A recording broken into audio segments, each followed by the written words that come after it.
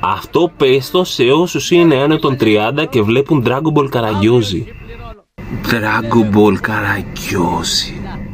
Εννοεί πώς είναι το Dragon Ball GT, Z, Super, υπάρχει και Dragon Ball Karagyoji.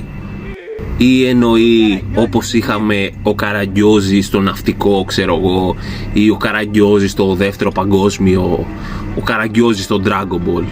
Εκτός και αν το Karagyoji είναι mode, πώς είναι ο Goku που έγινε God mode ή κάτι τέτοιο, ξέρω εγώ, ή Super Saiyan, ξέρω εγώ, είναι το Karagyoji. Αλλά ο Goku δεν είναι Karagyoji. Με μια πρόχειρη έρευνα στο ίντερνετ βρήκα αυτήν εδώ την εικόνα. Οπότε λογικά ο Goku και ο Karagyoji θα έχουν καλά μεταξύ τους. Ίσως να είναι πριν βάλουν τα σκουλαρίκια και κάνουν το combine, δεν ξέρω τι γίνεται. Μάλλον πρέπει να διαβάσω τα μάγκα. Επίσης μπορείς να μου πεις, φίλε, τι εννοείς με το ανώτο 30, γιατί είμαι 29 και το έβλεπα και εγώ στον αντένα και εντάξει, το ξεπέρασα, είδα και άλλα πράγματα.